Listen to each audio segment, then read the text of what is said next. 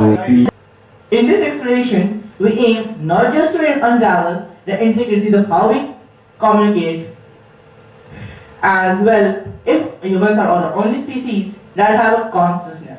Are we the only one who think that we are, or other species also feel, not just in terms of pain and other scientific things, but also in their mental and intellectual well-being, that when we touch them, or they feel the love, hate, pain, etc., just as we humans do. They perceive the world around them same as we do. The first speaker is going to be Mr. Ryan.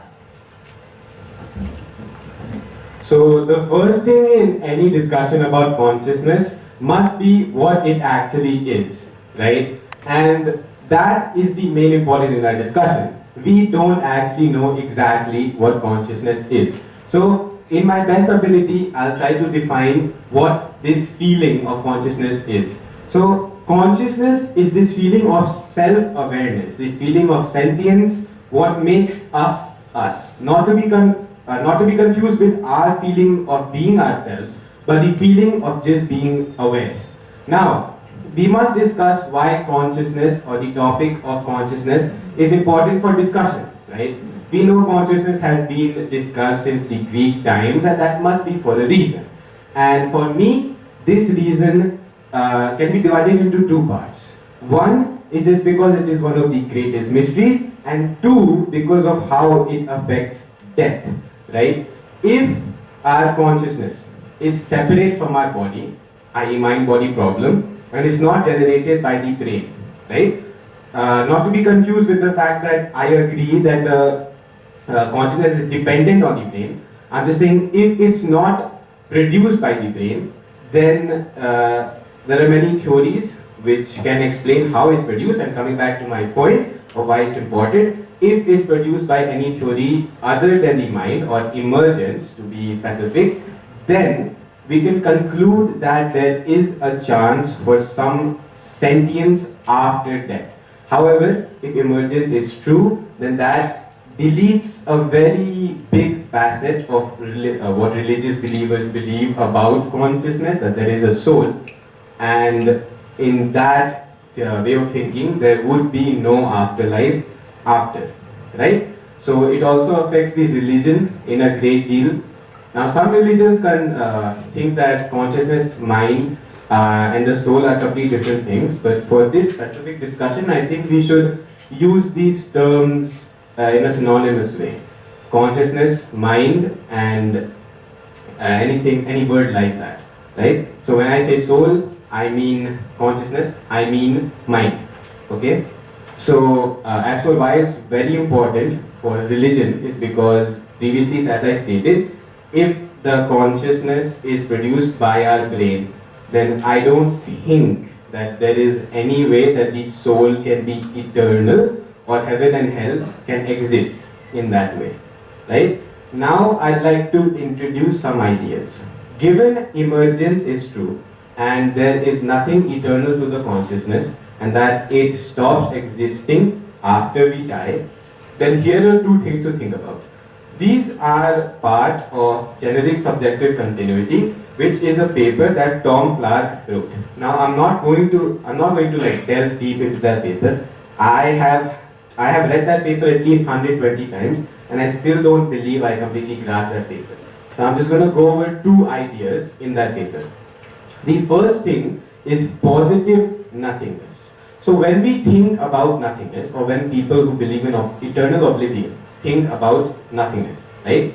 So in the simplest terms, believing that after death there will be nothing, they generate a sort of positive nothingness. Think about it like this. We think of the eternal oblivion as some sort of black space that we fall to, a place that our mind terminates to after death. And that goes against what nothingness actually is. Nothingness is the state of not being. It does not, in a way, since nothingness is not something, making it something makes it not nothingness. In simpler words, imagine it like this. I exist, right? That's something. But if I were to not exist, that's also something. So one may say this is just a language conundrum. I do not believe it is.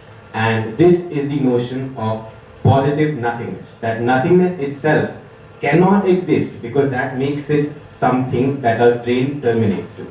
Very counterintuitive if you think about it. The second thing I'd like to talk about is personal continuity. This is another topic in Tom Clark's paper. In this, he points out I'm going to explain it in my own way. Think about this thought experiment. If you were born in America, right, instead of India, the day you were born in America, you would be so completely different. Yourself would be so completely different, would believe in different things because of the different environment. In a sense, what at that point holds you to be you, right? And these are the two things that I wanted to point out about last paper. Obviously, it's much more vast than this, but these are the simplest concepts in that paper that I could point out. That's it. So you said that nothingness is just that there is nothing in it. So can you expand it? Like you said, I exist, so someone can say I cannot exist. You said something like this? Yes. Can you expand on this topic? So it's just such confusing that... Yeah, it's counterintuitive. So like I said, it's very counterintuitive. I'll repeat it and I'll explain it in a different way. So somethingness is the opposite of nothingness, correct? The state of being something is the opposite of the state of not being. So right now we are in somethingness, right? But when we say after death there is nothingness, we say that our mind, our consciousness terminates into that place, right? If our mind terminates into a place that does not exist, then how can that make sense? If our mind terminates into a place, then that makes that place somethingness. Does that make sense? Okay, so nothingness as a concept is very complex, right? The state of nothingness is the opposite to the state of somethingness. I think we all agree to this, right? So after death, eternal oblivion theorists believe that there will be nothing, right? A state of nothingness. And this may just be, and I agree, a language conundrum, right?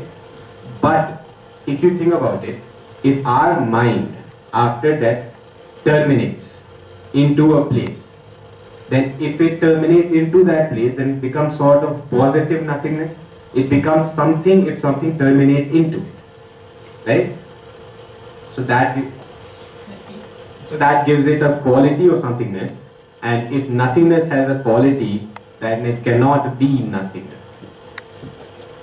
So what I understood is that you are referring to mind, matter and energy, something like this. That if our mind, if it goes into a nothing space, there is no matter, then it will have energy. If you go as a science student, if you term it in scientific thought, so you are just differentiating between our body system and our mind, the process which is our thought process and the thinking. Nothingness is not, okay, nothingness does not have energy. Nothingness does not have anything in it. Nothingness is not comparable to a vacuum, not at all. Vacuum has something in it, it's a vacuum, right? Nothingness has nothing. After you die, tell me, if you do not believe in a soul, if you do not believe in any philosophical or religious experiment, what do you think happens after? I guess nothing exists, it's just void. So that nothing or void makes it something, does it not? If you give a characteristic to nothingness, it becomes something. I'm not saying that, I'm not giving some credit to some sort of afterlife or something. I'm just saying that this is very weird to think about. So if you give a characteristic to nothingness, it becomes positive nothingness, which makes it nothingness. Right? Nothingness is nothing and cannot be something. Otherwise it cannot be. Does that make sense? How does terminating to it give it a characteristic?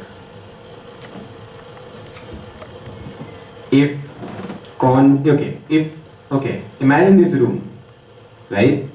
If I give it, okay, so are you saying terminating into it does not give it a characteristic? That's what I thought. if consciousness terminates into a place, then that place cannot be nothing, right? Because nothing has nothing in it, and if it has something in it, it's not nothing. It's hard. But what does terminating into it mean? Terminate, okay, so after you die, your consciousness goes somewhere, right? I don't want to use the word goes, because then it like elicits an afterlife of sorts. Why can't it be deleted?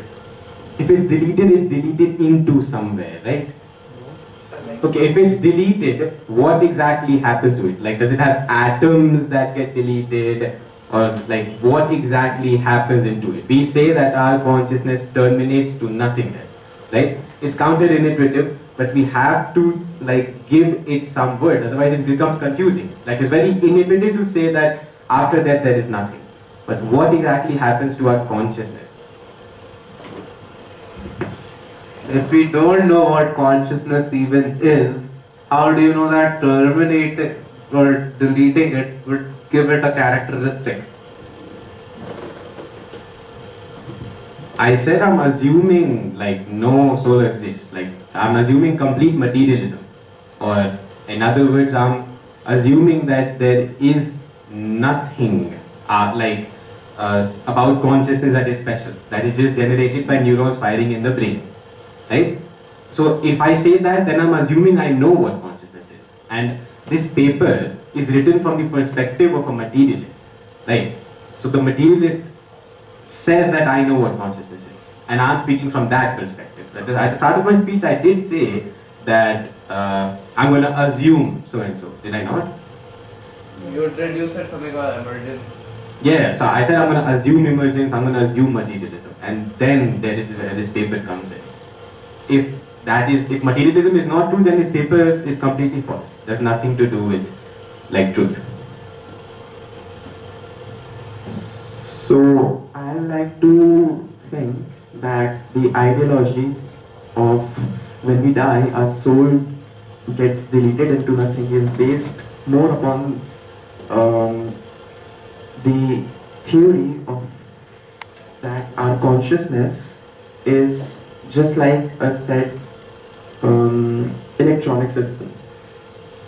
Let's say we talk about a computer or something which is based on electrons right now. Right, so if we switch off a computer or a phone, we cannot assume that its electrons actually or that system in itself goes somewhere. If we hypothetically talk about my phone right here, I can interact with it, I can switch it on and off, and I can play games on it and whatnot. But if I switch it off, if it dies and it completely loses its power, I cannot say that it has actually been deleted into oblivion or sort. Like, this is again just a theory, since we cannot validate the fact if human beings are nothing more than just a system. But I think in our ideology of a consciousness, it's a lot like light. I say that because light has dual behavioral characteristics. Even the greatest physicists and chemists cannot actually comprehend how light can be both waves as well as particles, right? Maybe it's just that our mind as well is a dual behavior of sorts. It's a system which can be switched on and off with the correct technology, and it might as well just be something a bit more beyond that, at another soul or something. Again, I agree that you're assuming that emergence is, and like there's a lot of assumptions here on which you can question the fact whether being deleted into oblivion is actually correct or not. But I think the people who assume that being deleted into oblivion is true assume things a bit differently. That people as a person may be related to something like a mobile phone, a system of electrons and whatnot. So in the case of a mobile phone, when you turn it on or off, you can understand the chemical functioning in it, right? Why it turns off and why it turns on.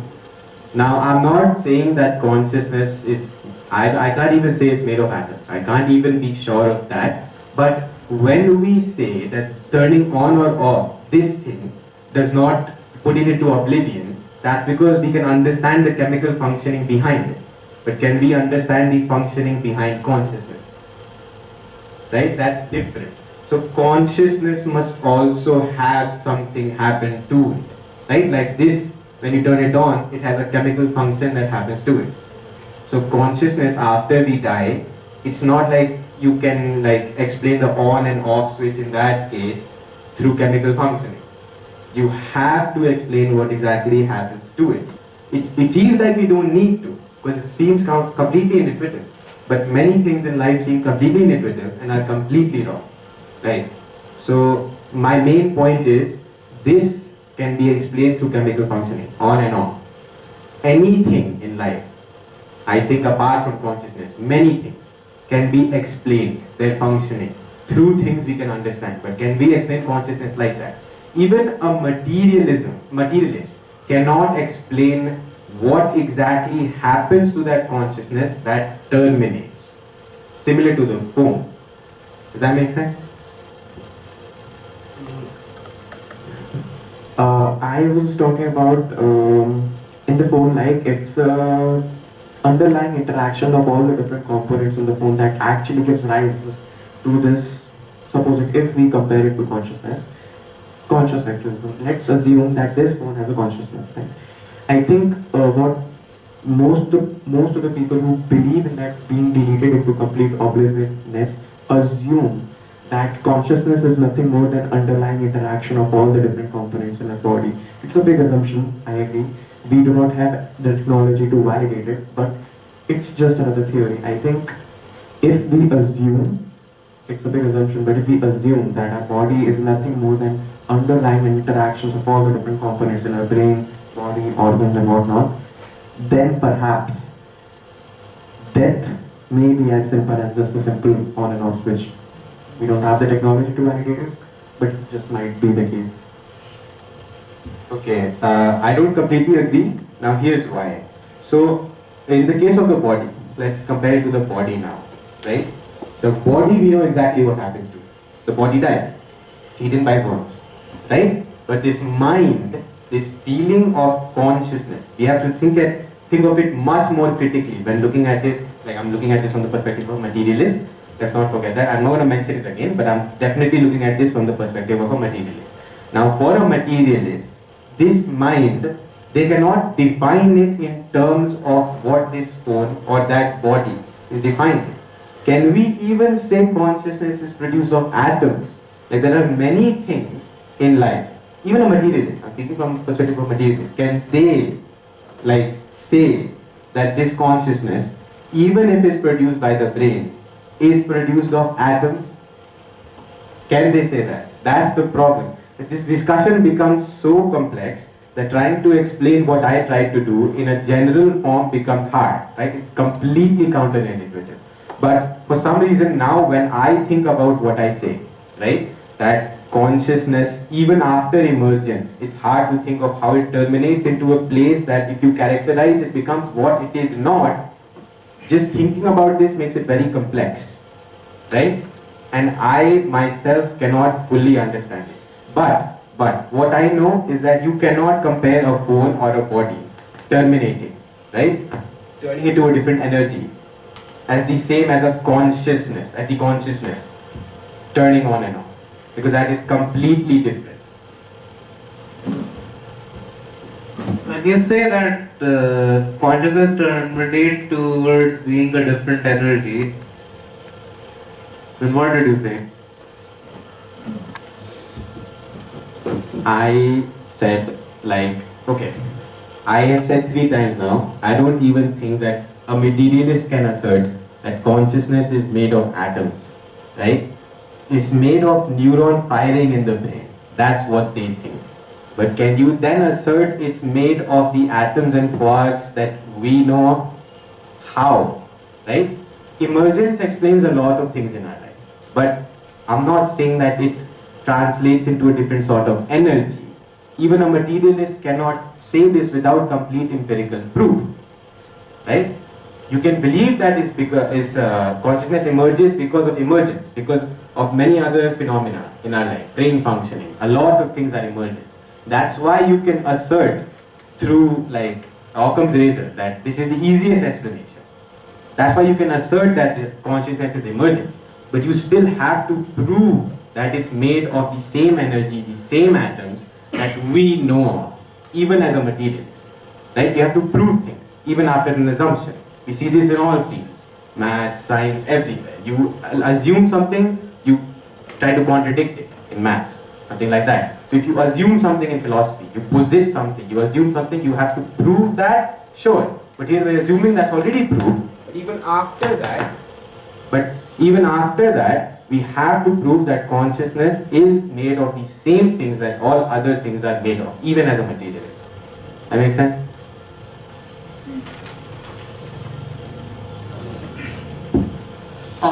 What I feel is that the feeling that we get consciousness is more like of a integrated information technology theory system. It was developed by Giulio Tonelli, and he said that just like a computers are there, how some of the different parts make a computer. It is not that if you just take a monitor, it is not much. Like just like you take a neuron, it is not much. However, if you integrate it with other parts of the brain, then you get a fully functional system.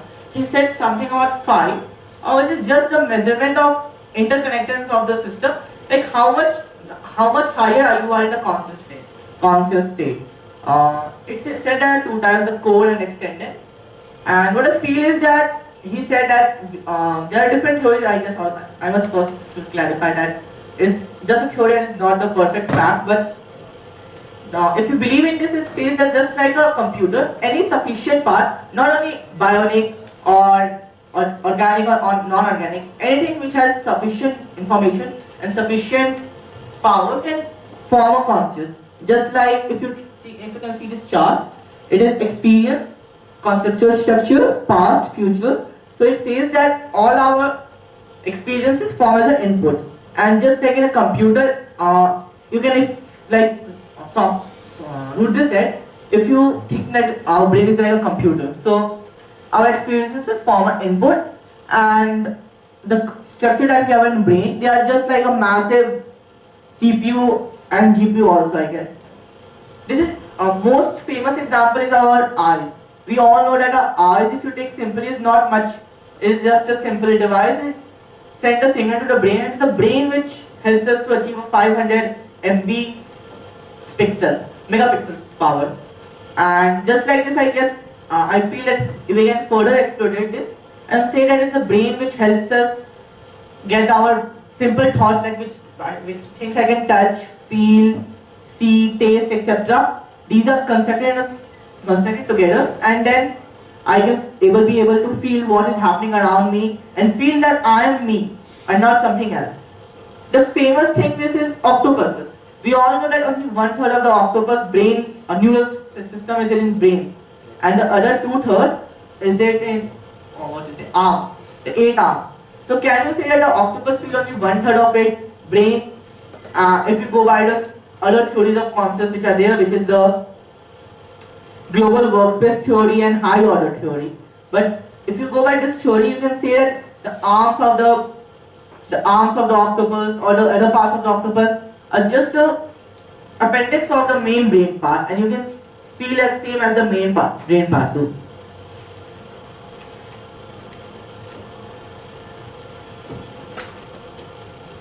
Okay. Okay.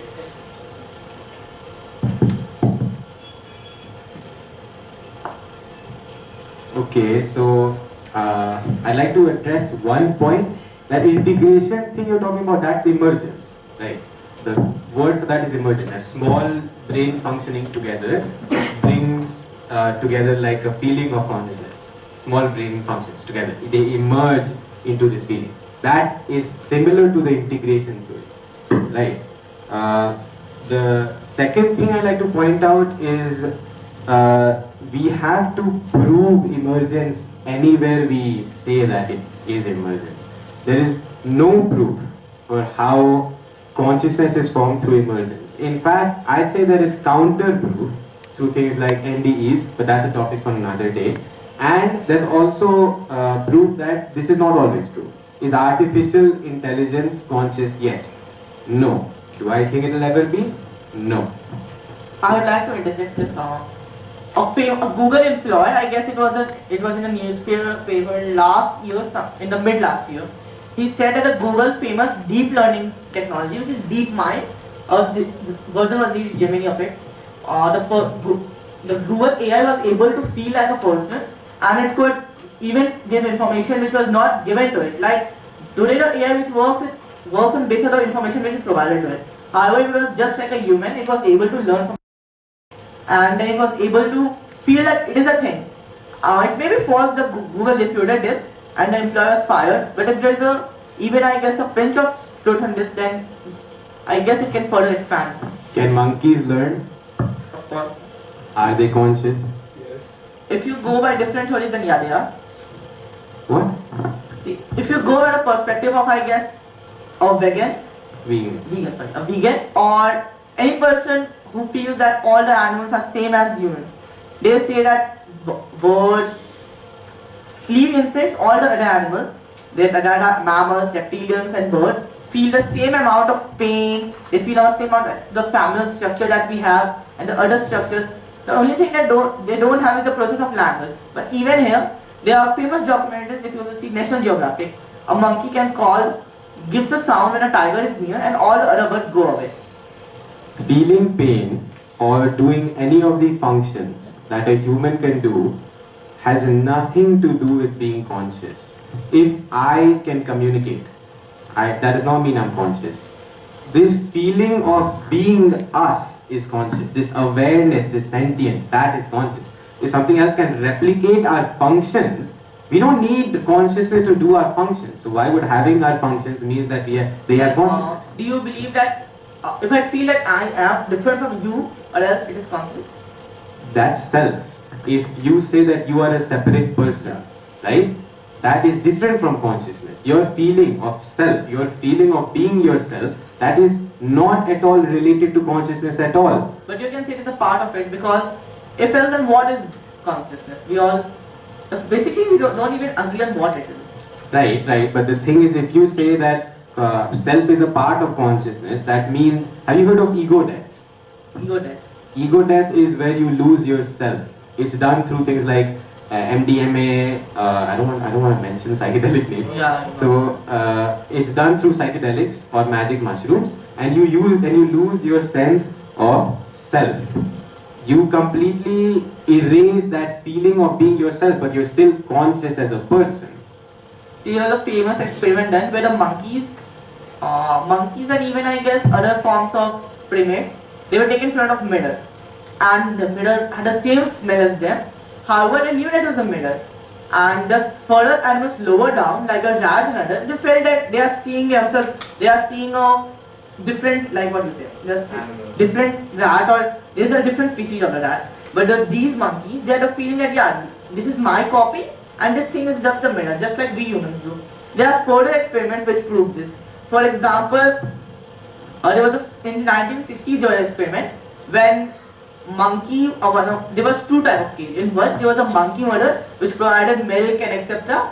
And it was just made of wire. While the other it just looked like a monkey but did not provide any food and anything. The monkey went to the Bayan mother but did not provide the food, but was just looked like the monkey instead of the machine which provided food but was not looking like a monkey. And there are different examples on this, that monkey and other higher animals like cat, dogs do have the feeling that the humans have of consciousness. Okay, so I think both of us are completely different on the perspective of what we think consciousness is. For some reason you believe that if they can do things that humans can do, or they can do things that, I don't know, show a higher brain functioning, then they're conscious. Like if you believe in emergence, sure, I'd allow that argument. That a higher brain functioning would allow this feeling of consciousness.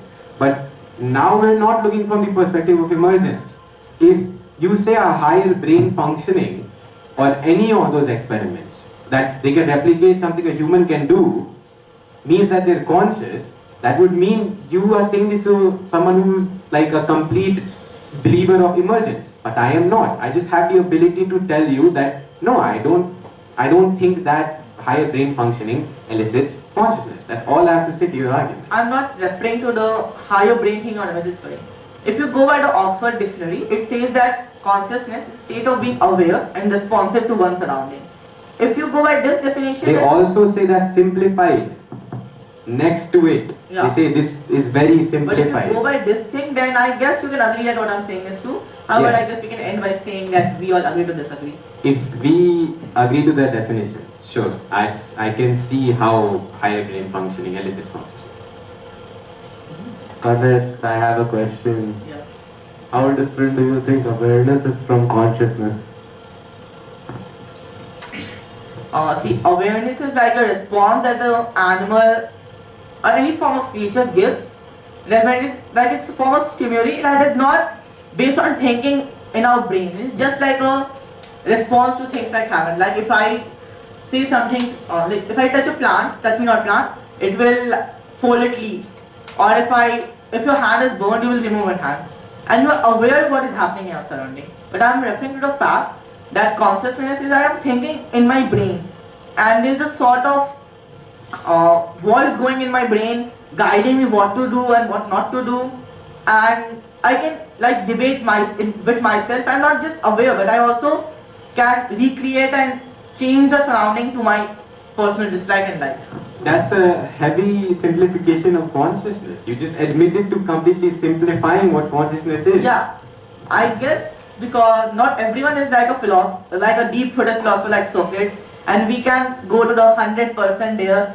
I'm talking in a smaller way, but if it is working in a simplified way, you can sure expand it. If you just by your theory, what is the greatest thing that people looking at theory, the scientists looking at theory? It is simplification. The simpler the theory, the clearer it looks. It is given more prominence than even if a theory is said to be correct, but is more inelegant, it is given lesser preference. I can simplify gravity to Newton, but that does not mean I would be explaining general relativity. But if you go to a common person, and yeah, just gravity is not general relativity. General relativity is No, I'm saying that my main point, I'm not going to specifically mention special relativity or general. I'm saying that Newtonian physics are not enough to explain the world. Yeah. If I try to explain the world through something much simpler, like all of us here, even though I'm not a science student, can understand like Newtonian physics, right? An average 10th can understand Newtonian physics. But if he tries to like explain the entire world through it, just because it's simpler, that's how comes razor. Just because it's simpler does not mean that it actually explains the entire world's in the function. macroscopic world, it will work most of the 95 to 96% of time. But we have quantum physics, don't we? It is microscopic, and the gravity Right. itself says that it's just for the larger beings. And if you go by the simpler theory of de Broglie's wavelength and the quantum uncertainty principle, you can explain it. It is just as simple. However, the solution is hard and it's problematic to solve it. But theory, as it is not that hard, it just says that if you can't perfectly tell the position and the velocity of the same particle. Right, but we need to explain the entire world's functioning, right? Microscopic and macroscopic. So we need quantum physics, we need Heisenberg's principle, we need Newtonian physics, we need Albert Einstein, we need all of that together. Yeah. Just looking at two things and saying this explains 95% does not explain the rest of the 5%. Yeah, you understand. Kanesh, so do you say consciousness is awareness and imagination? From what I I say it is awareness, I guess, but it is more than awareness. It is imagination also, and it is the feeling that you are not just not thinking that there is a tiger there and I must need to keep myself safe. You are making weaving stories around it. There is a tiger there. It is our protector of our species, and if you go against that principle, then something bad will happen. You are weaving different stories upon this, and this is, I guess, consciousness. That you are not just aware of what is happening. You are imagining it in a different way. You can make more of it, and you can further relate it to your local event. You can weave stories around it. is it relating it to local events and stuff also imagination? I just said that it's imagination, but I guess it's giving a story same as imagination. I just said it. But you asked about awareness and consciousness. I different. Okay, Rehansh, and what is emergence? Emergence is emergence is not just in consciousness. Let's clear that up. Emergence is basically how smaller little things combine and integrate together. They're functioning, they integrate together to form something bigger. Usually there is direct empirical proof that they do that, right? Like what you mentioned, like a phone. But that can also be called emergence, not really. These smaller little functions, they combine together through the chemical processes, they turn on and off. You can use smartphones like that. There's emergence in every place, like engineering and everything. Does that make sense? Yes, but what do you mean when you say I believe emergence is true? When you say emergence is true, you say that there is empirical proof enough to say that these small little functions, they make something bigger. You say you have empirical evidence to say that this is true here. Can't think of an example from the top of my head right now that is really good. I'll tell you later. Photosynthesis.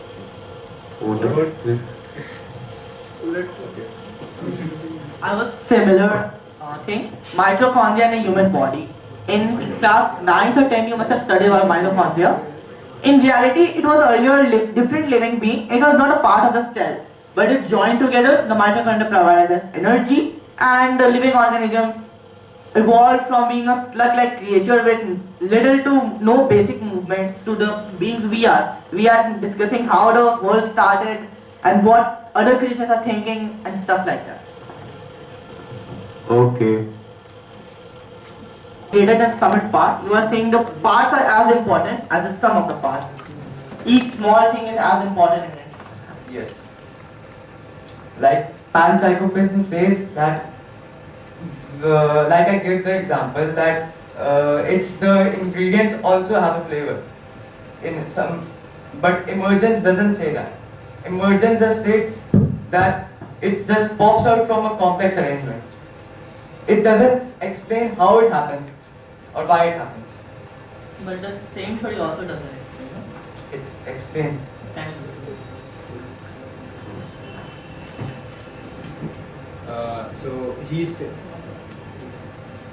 So he's saying that panpsychism is the difference between panpsychism and emergence is that in emergence the smaller ingredients, like he said, they do not have their own tidbit of consciousness, right? But in panpsychism, he is saying that these ingredients, they themselves have a sort of proto-consciousness, and these together combine to make a bigger consciousness. Now, does that not make more sense than just saying these lesser conscious, smaller ingredients just make something more conscious?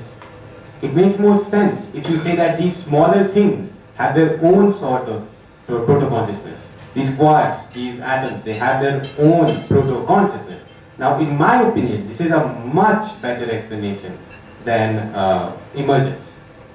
The own tidbit of consciousness, right? Every atom has its own proto-consciousness, and these atoms combine together to make the brain, right? The brain is made of atoms, and if every single atom has its own proto-consciousness, then the bigger thing will have a bigger consciousness. So the implication of this is microbes, rocks, everything has their own level of consciousness. Now, to me, this makes much more sense. But of course, there is no evidence that atoms have proto-consciousness. Neither is there for emergence. Okay, but how does that help defining consciousness if the things making consciousness have consciousness? It does not. It just explains how consciousness emerges. So how is that a better theory then? Because it explains how consciousness emerges in a way that is more intuitive to me. We want to explain how consciousness emerges, right? That's one of the main things of the mind-body problem. Then, just on the same problem arises, smaller things, how did the smaller things have the consciousness? There is no proof for that. And then the smaller things are further made themselves of smaller things. You said about atoms, they are made of electrons, protons, neutrons. These further are made of also smaller things. And you can go down the chain And we find hundreds of smaller things. So you're saying that each of these has own consciousness. Yeah, And without brain, that's the thing about panpsychism. It's not like very believed between the philosophers. Like, I don't know any other philosopher who believes panpsychism. It's just very intuitive to me.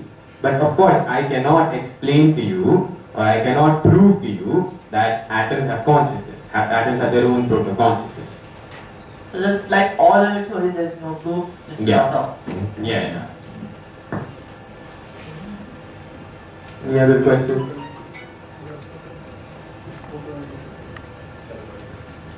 So with this we come to an end, and the ending thing is that there are hundreds of theories. We don't have the proof, but let's debate.